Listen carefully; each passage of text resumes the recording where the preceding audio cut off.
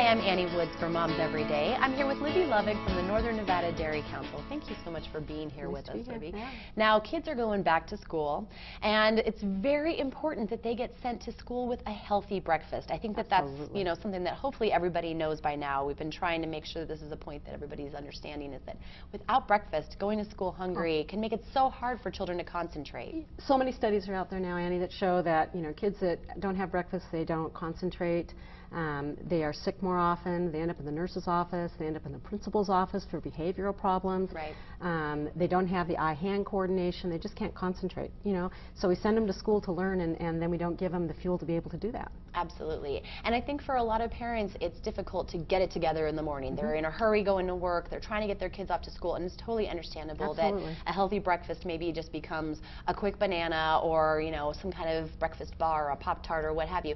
And, taking the time to make sure that they're getting some protein in there that really feeds the brain is so important. And they have the option to get it at school. Well, they can get it at school, and breakfast at school is it's regulated by our nutrition standards, so the breakfasts are very healthy. It has several different components, usually a protein source and a grain and probably a fruit.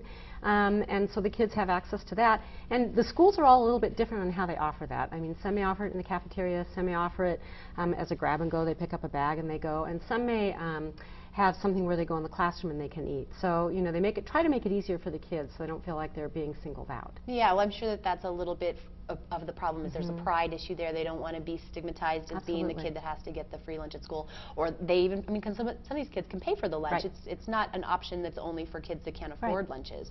And you can go to your school and request those lunches or see if you can get put on a list. And breakfast. So it's absolutely, both. breakfast and lunch. There's a lot of kids that just don't even know where their next meal's coming from. And we really try to gear these towards them.